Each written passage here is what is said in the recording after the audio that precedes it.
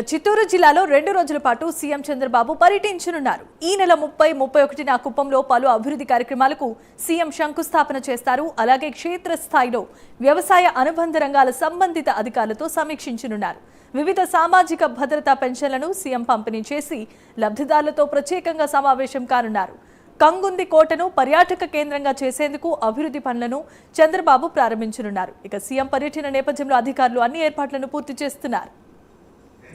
అక్కడికి వెళ్ళి ఈ స్కిల్ డెవలప్మెంట్ సెంటర్ ఓపెన్ చేస్తారు.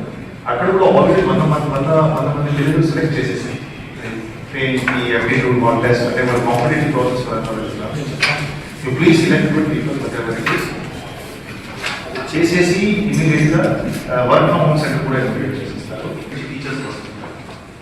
సో మధ్యాహ్నం అక్కడే సార్ దిగుతారు. అక్కడ హెలిప్యాడ్ చేసిన తర్వాత అక్కడ ఇన్నోగ్రేషన్ ఉంటుంది. టీచర్స్ కూడా అట్రాక్ట్ చేస్తాం. సో G+1 ఇది చేసిన తర్వాత అక్కడ నుంచి 15 నుంచి 20 minutes ట్రావెల్ చేసేసి నవోదయ సెంటర్